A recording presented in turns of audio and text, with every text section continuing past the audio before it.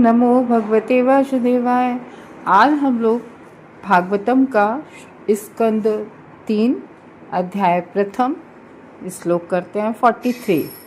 नूनं नृपाणां त्रिमदोत्थानां महिं मुहुशाल्यतां च मुभि बधात् प्रपन्नार्तिजिहेर्षेषो आप्युपेक्षताघं भगवान करुणाम। तो इस 43 श्लोका में हमारी बात चल रही थी कि विदुर महाराज जो हैं उद्धव महाराज जी से सबके बारे में पूछ रहे थे, और इस तरीके से कल कैसे प्रथा के बारे में पूछा कि वही भगवान हैं जो अपने भक्तों के लिए हमेशा तैयार रहते हैं, अपने भक्तों की सहायता करने के लिए। और फिर पांचों पांडवों को इतने कष्ट क्यों मिले, कैसे मिले, ये तो भगवान की बहुत लंबी प्रोसेस होती है, बहुत आगे तक का भगवान सोचते हैं। तो वही इसमें बता रहे हैं कि श्री कृष्ण भगवान होते हुए भी पीड़ितों के दुख को सदैव दूर करने की इच्छा रखते हुए, तो मतलब उनके अंदर इच्छा हमेशा रहती है। हम सब जानते हैं कि भगवान के अंदर ये इच्छा रहती है कि हम अपने भक्तों के या दुखी इंसानों के दुख, जो दुख से पीड़ित हैं, उनके दुखों को दूर करने के लिए हमेशा वो तत्पर रहते हैं। तो अब ये क्वेश्चन उठता है ना कि तो फिर उन्होंने कुरुओं का वध करने में अपने आप को, तो कुरुओं का वध क्यों नहीं फिर उन्होंने किया? कितने बार मतलब उन्होंने गलतियां की दुर्योधन ने, फिर उनका वध तुरंत क्यों नहीं कर दिया? कहीं भीम को जहर देने लगे, कहीं कुछ। यद्यपि वे देख रहे थे कि उन लोगों के सभी प्रकार के पाप किए हैं, उन लोगों ने क्या नहीं, जो 6 प्रकार के पाप होते हैं वो उसमें हमारे शास्त्रगत हैं कि वो 6 प्रकार के अगर पाप करें, जो हमारे भगवत गीता में बताए थे 2य अध्याय में, कि जो 6 तरह के पाप होते हैं, किसी को जहर देना, किसी के घर में आग लगाना, किसी की पत्नी का अपहरण करना या बेइज्जत करना, किसी को कोई संपत्ति लूटना, किसी की ज़मीन हड़पना, और इस तरीके के 6 अपराधों में व्यक्ति अगर उसमें पाप नहीं लगता, 6 अपराधों का भी अगर सजा मृत्युदंड दे दे। लेकिन इन्होंने तो पूरे के पूरे 6 प्रकार के 6 पाप किए थे। दुर्योधन ने क्यों जहर दे ही दिया था भीम को कितनी कम उम्र में। तो ये सब पाप करने के बावजूद भी फिर क्यों नहीं इनका वध हो रहा था? फिर इन लोग को क्यों? भगवान है, भगवान तो इच्छा मात्र से ही किसी को भी मार सकते हैं, कुछ भी दंड दे सकते हैं। तो इसमें ये था कि शायद भगवान ये सोचते थे कि नहीं, भगवान कुरुक्षेत्र का युद्ध सीधे सीधे चाहते थे। क्यों? क्योंकि पृथ्वी उस समय, पृथ्वी हम लोग जानते हैं कि पढ़ा भी हम लोगों ने कि पृथ्वी माता जो है कि जब भी पृथ्वी पर पाप होते हैं तो उन पापी लोगों के जो भार होता है वो पृथ्वी मैया से सहन नहीं होता है। तो भगवान ने ये सोचा कि किसी भी तरीके से ये सीधा सीधा ये कुरुक्षेत्र का युद्ध होगा तो वहाँ और भी राजा इकट्ठे होंगे, और भी राजा इकट्ठे होंगे तो उन सबका एक साथ हो जाएगा बट, क्योंकि वो बहुत ही उपद्रवी राजा कुछ हो गए थे और उनके अंदर बहुत मिथ्या गर्व हो गया था। तो ये बता रहे, सैन्य गतिविधियों से पृथ्वी को निरंतर क्षुब्ध कर रहे थे कि वो लोग। तो कैसे सैन्य गतिविधियाँ? जैसे पृथ्वी पर हम लोग देखते हैं ना कि जैसे इकट्ठे घोड़ों की माता पृथ्वी मैया ऐसा नहीं है कि पर्वतों के और इन कितने बड़े बड़े पर्वत है उन सब का भार उन्हें नहीं लगता है। ऐसा नहीं है कि वो सब भार से वो परेशान हो रही हो, नहीं। वो ये जब उपद्रवी राजा जाते थे, सैन्य विधियाँ यानी कि वे वजह दूसरों को परेशान करने के लिए जो करते थे उससे पृथ्वी मैया कंपित हो जाती थी। तो ये बता रहे हैं भगवान। देखो मथुरा गए थे जब भगवान 11 वर्ष के हो गए थे, मथुरा आए थे तब 11 वर्ष के। हम लोगों ने सुना था अभी कि अक्रूर महाराज लेकर आए थे। पिछले स्कंद में हम लोगों ने जाना था कि अक्रूर महाराज जी किस प्रकार से उन्हें लेके आए थे, और 11 वर्ष पे तभी उन्होंने कंस को भी मारा था जब मथुरा आए थे 11 वर्ष पे। और उससे पहले भी कितनी कम आयु थी भगवान की, कम आयु में कंस ने न जाने कितने राक्षसों को, उपद्रवियों को भेजा, और कंस को भी भगवान ने मारा और उसके पहले पूतना आदि इन सबको मारा था। तो फिर जब इन सबको मारा तो फिर कुरुओं को ये सब परेशान करने आए भगवान को, ये सब आए जब वृंदावन तो इन सबको मार दिया, तो फिर ये भगवान कुरुओं को दंड क्यों नहीं दे रहे थे हैं इतने कम उम्र पे भीम को? और ये सब तो भगवान के भक्त थे। और क्योंकि ये सभी लोग ना अपना मतलब ये भूले थे कि हम मानव भी हैं। ऐसा लगता है कि ये तो बिल्कुल पशुवत व्यवहार कर रहे थे। तो अपना लक्ष्य तो याद रखना बहुत दूर की रही। मनुष्य का जो लक्ष्य होता है आत्म साक्षात्कार करना, भगवत प्राप्ति करना, वो तो बहुत दूर दूर की बात रही इन लोगों के लिए। तो वो कह रहे हैं कि अब ये तो इस और भी राजा जो वो भी गलत कार्य कर रहे थे तो परेशानी हो रही थी पृथ्वी मैया को। तो इस तरीके से और भी राजाओं को भगवान को समेटना था। अच्छा, भगवान ये तो अपना तो नाम करते ही नहीं, भगवान अपने भक्तों का हमेशा नाम करते। हम लोगों ने देखा था ना भगवत गीता में, भगवान उनसे अर्जुन से कहते हैं कि तुम युद्ध करो, ये तो सब मारे जा चुके हैं, ये तो मेरे द्वारा मारे जाते, तुम तो निमित्त मात्र हो। तो ये कह रहे ये तो उसी दिन मारे जा चुके थे, जब उन्होंने तो उसी दिन जिस दिन द्रौपदी का वो किया था उसी दिन उन्होंने सोच लिया था। और ये भगवान की ही सब थी कृपा के भगवान की सलाह नहीं मानी, वो युद्ध रुक जाता कि 5 गांव दे दो, ये कर दो, वो कर दो। दुर्योधन ने कोई बात नहीं मानी। उसके बाद विदुर ने भी उन्हें कितना समझाया, तो विदुर को घर से निकाल दिया। ये है। तो हम लोग जब देखते हैं ना, जब महाभारत हम लोग प्रथम स्कंद में हम लोग पढ़ के आए हुए हैं कि भगवान जब भीष्म पितामह अपने बाणों की सरसैया पे लेटे हुए थे, भीष्म पितामह की बात आती है तो ये है कि भीष्म पितामह जैसा कोई योद्धा नहीं हो सकता। बहुत ही अर्जुन उनसे युद्ध लड़ते थे तो अर्जुन को पसीने आ रहे थे। क्यों? क्योंकि अर्जुन जो है वो उनका सामना नहीं कर पा रहे थे, केवल उनके बाणों को रोक पा रहे थे। तो वैसे तो वो कभी मतलब अर्जुन के लिए एक सॉफ्ट कॉर्नर था, अर्जुन क्या 5 पांडवों के लिए उनके अंदर सॉफ्ट कॉर्नर था, लेकिन फिर भी वो युद्ध लड़ रहे थे भीष्म पितामह।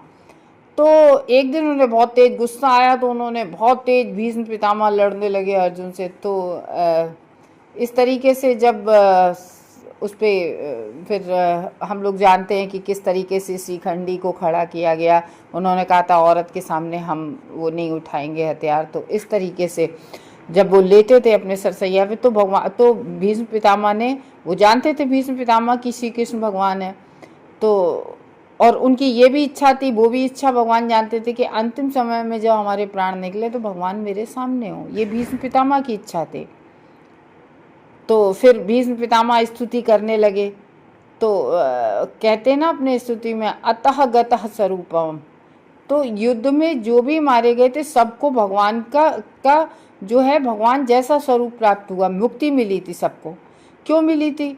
तो युद्ध में क्योंकि भगवान खड़े थे उस युद्ध भूमि पर, और जो मर रहा है वो भगवान की दर्शन करते हुए मर रहा है, तो उसको कैसे उसको मोक्ष प्राप्त नहीं होगा।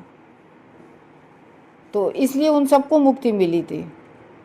तो उन सबका भी कल्याण होना था, क्योंकि देखो वो इतने उपद्रवी राजा थे, कुरुओं ने भी गलत, लेकिन उन सब के लिए भी भगवान उनका भी कल्याण भगवान करना चाहते थे।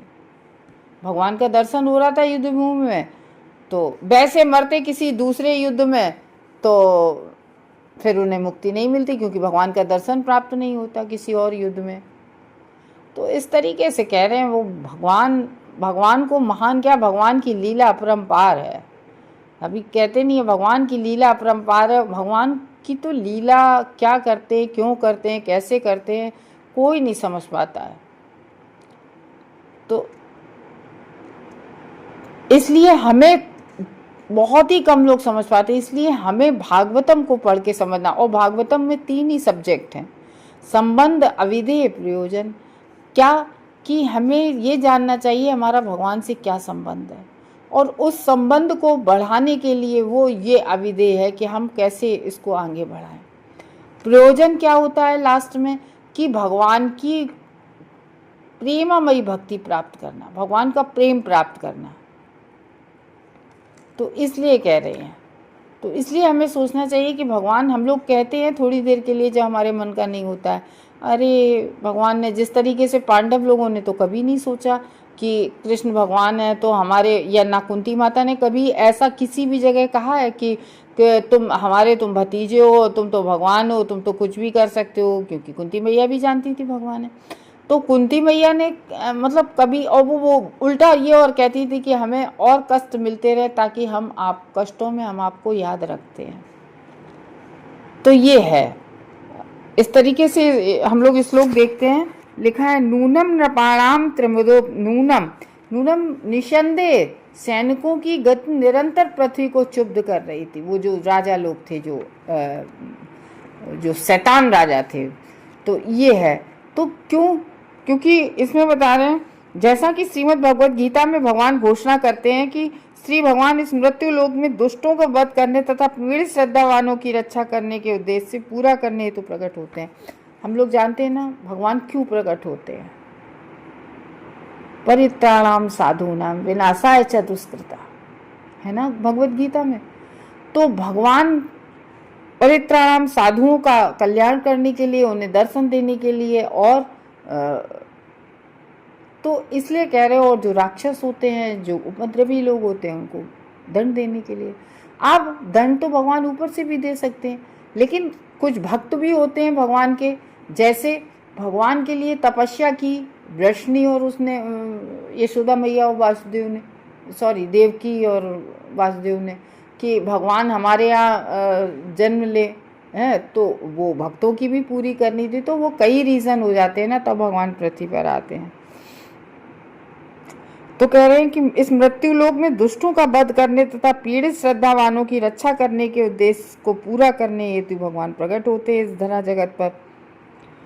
तो इस उद्देश्य के अलावा भी भगवान श्री कृष्ण कौरवों और द्रौपदी को अपमान, तथा जैसे द्रौपदी, किस प्रकार से द्रौपदी का कौरवों ने अपमान किया था, और पांडवों के प्रति कितना गंदा व्यवहार किया था, उन्हीं का राज्य उन्हीं को नहीं दिया, और फिर किस तरीके से छल कपट से जुए में हरा दिया, उनके अस्त्र शस्त्र भी ले लिए, उन्हें वन भी भेज दिया। तो इस तरीके से कितना अन्याय किया था उनके साथ, और पांडव लोग उनके अन्याय को सहते रहे। ऐसा नहीं है कि वो विरोध कर नहीं सकते थे, बहुत वीर योद्धा थे। हम लोग सब लोग पढ़ के आए हैं प्रथम स्कंद में। तो अब उन्होंने अपनी उपस्थिति में ऐसे अन्याय तथा अपमानों को क्यों सहा? तो भगवान इस धरा जगत पर थे, सामने थे, फिर भगवान ऐसा क्यों देखते रहे, ऐसा क्यों करते रहे कि उनके भक्त प्रताड़ित होते रहे? तो जब कौरवों द्वारा सबकी उपस्थिति में द्रौपदी को भरी सभा में नग्न किया था, वहाँ ये भी देख रहे थे।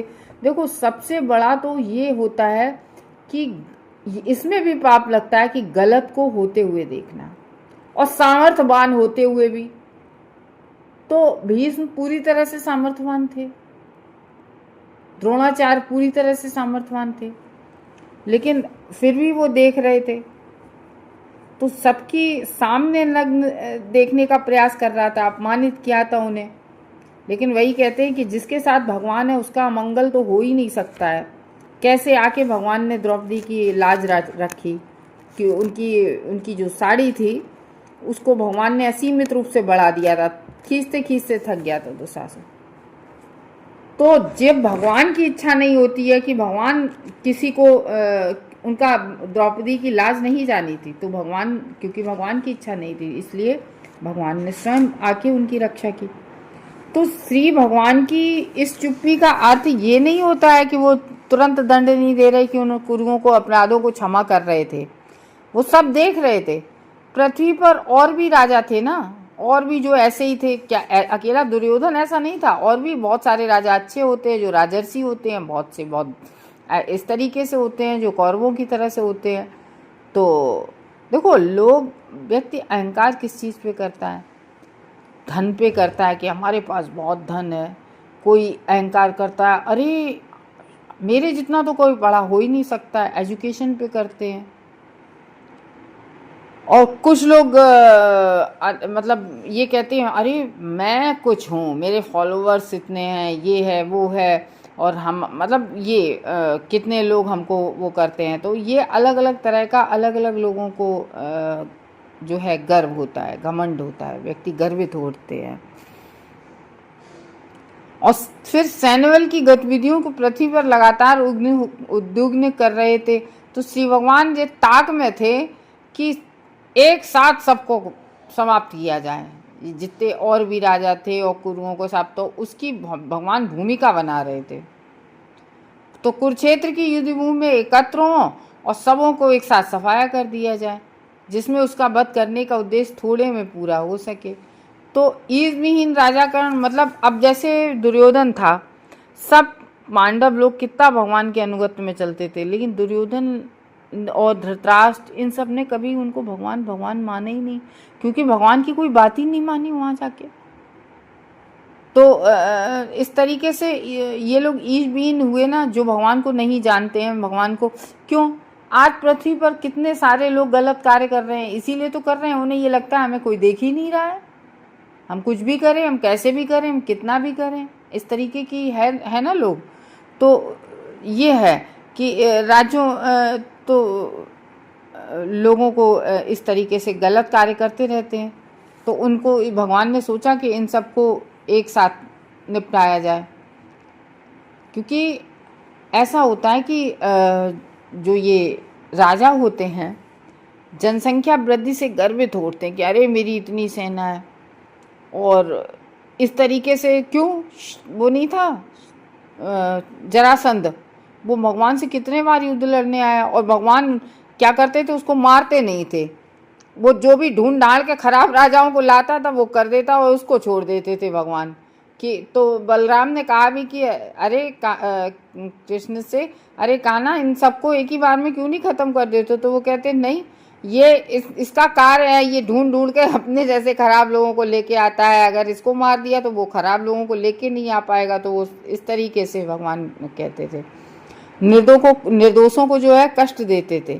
तो जब भगवान श्री कृष्ण स्वयं उपस्थित थे जब इस संसार भर में, तो अनेक राजा उस समय भी ऐसे थे। तो श्री भगवान ने कुरुक्षेत्र युद्ध के लिए ऐसी योजना तैयार की थी कि यहाँ पे सब इकट्ठे होंगे दुर्योधन की तरफ से, तो सबका सफाया होगा।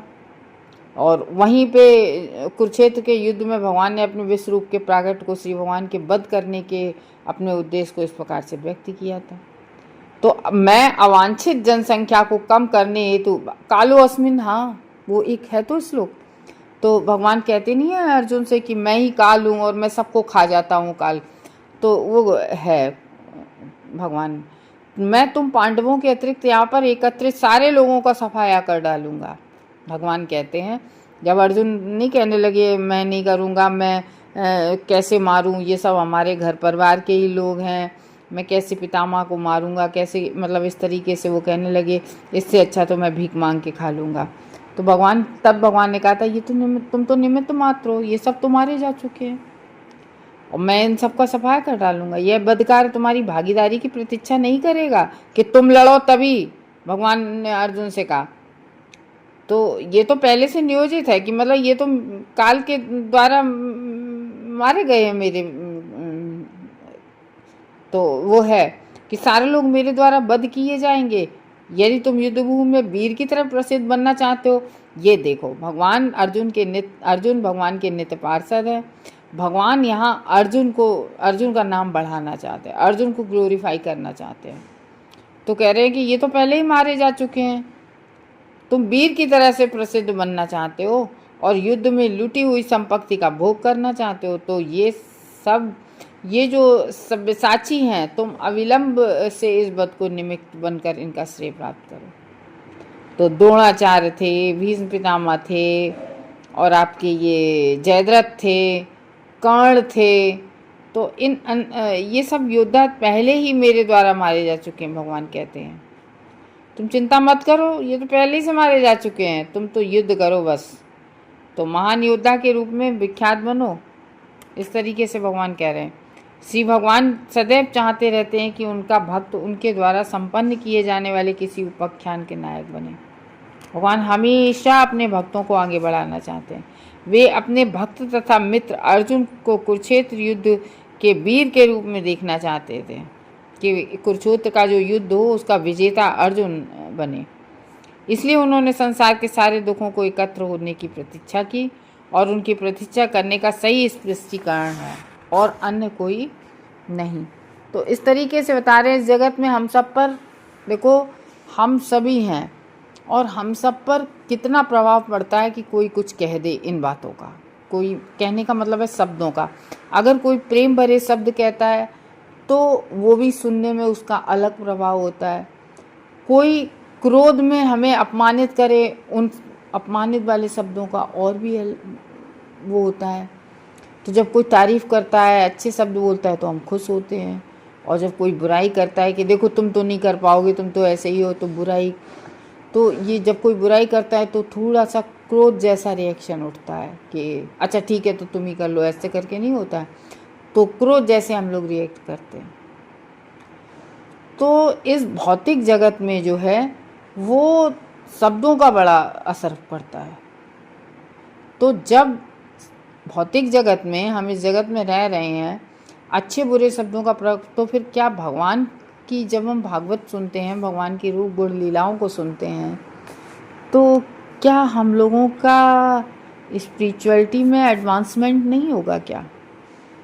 तो आध्यात्मिकता हमारी बढ़ेगी इसमें। जब हम भगवान के बारे में सुनेंगे तो जब सुनते हैं तो फिर स्मरण भी आता है। कभी कभी नहीं, हम लोग भागवत कथा सुनते हैं और अचानक से स्मरण आ जाता है। तो वो कह रहे हैं कि कथा सुनते हैं, बस धीरे धीरे होता है। और एक बात है, एकदम से चेंज कभी नहीं दिखता अपन लोगों के अंदर कि हम लोगों ने भगवत कथा सुननी शुरू की और आज से ही हमने बहुत अच्छी कथा सुनी आज के दिन, कल से ही लो बिल्कुल अपना मन बदल गया। नहीं, धीरे धीरे सुन के ऐसा होता है। तो इस तरीके से इसमें कह रहे हैं कि जो है आध्यात्मिक शब्दों का भी, जैसे भागवत का भी हम पर प्रभाव पड़ता है। तो इसलिए हमें ध्यान देना चाहिए। ये बहुत बड़ी बात है कि हम क्या सुन रहे हैं, हम क्या खा पी रहे हैं। तो ये है, बस धीरे धीरे होता है भक्ति में एडवांसमेंट, और जो एकदम से दिखाई नहीं देता है कि मेरे अंदर कुछ परिवर्तन हो रहा है। पर जब हम कॉन्टिन्यूअस, लगातार हम करते रहते हैं, तब हमारी जो चेतना है वो बदलने लगती है। जब हम कॉन्टिन्यूअस बहुत दिनों तक हम करते रहते हैं तो ये तब होती है। तब अच्छा क्या है, फिर हम भक्ति छोड़ना भी चाहें तो हम भक्ति नहीं छूटती है। तो इस तरीके से भगवान की लीला के बारे में जो वो है, विदुर कह रहे हैं, विदुर अपना मतलब जो कल सुना था कि विदुर कह रहे हैं कि हम जहाँ जहाँ गए तीर्थ यात्रा में, मुझे ऐसे प्रतीत हो रहा भगवान मेरे साथ साथ चल रहे हैं, मैं उनके फुटस्टेप फॉलो कर रहा हूँ। तो इतने 36 सालों से वो नहीं बता रहे थे, अब वो बता रहे हैं कि अपना सेल्फ रियलाइजेशन कि मुझे क्या क्या अनुभव हुआ, उद्धव जी को बता रहे हैं। देख क्यों, और किसी से क्यों, इतने सालों तक वो बोले भी नहीं किसी से, बताया कहीं कोई जिक्र नहीं आया, बोले भी नहीं। लेकिन एक भक्त हमेशा, भक्त भौतिक जगत के लोगों से कम इन्वॉल्व होता है, यानी कि भक्त हमेशा भक्त से ही बात करता है। तो यहाँ पर उद्धव भी महाभागवत हैं, उद्धव भी भगवान के बहुत बड़े भक्त हैं। तो इसलिए विदुर महाराज उद्धव जी से अपनी सारी बातें कह रही है। तो अभी तक कभी नहीं बोले, तो अपनी सारी बातें बता रहे हैं, अपने भक्तों पांडवों को क्यों बन जाने दिया इत्यादि, क्योंकि भगवान केवल कौरवों, शकुनी, कर्ण आदि को ही नहीं मारना चाहते थे कि उनके साथ शकुनी है, बस शकुनी और कर्ण मर जाए, नहीं, वो और भी लोगों को, जो पूरा अच्छे से जो और बदमाश हैं राजा, उनको इकट्ठा करें और मारें। तो इस तरीके से भगवान की ही व्यवस्था थी कि ये कुरुक्षेत्र के युद्ध की, तभी तो भगवान मनाने तो जाते थे तो मान भी नहीं रहा। ये देखो, हम लोगों को अच्छी बुद्धि, बुरी बुद्धि, हम लोग किस पे कार्य कर रहे हैं। तो इसीलिए तो कहते हैं कि जब हम अच्छे कार्य करें, हम भगवान की भक्ति करें, तो भगवान हमें सद्बुद्धि और जो कहते हैं बदबुद्धि, बुरी बुद्धि, ये सब भगवान ही देते हैं। इसलिए हमें भगवान की चरण शरण कभी नहीं छोड़नी चाहिए। उनकी, भगवान बहुत खुश होते हैं जब हम भगवान की रूप गुण लीलाओं की चर्चाओं को सुनते हैं। हरे कृष्ण भक्तों।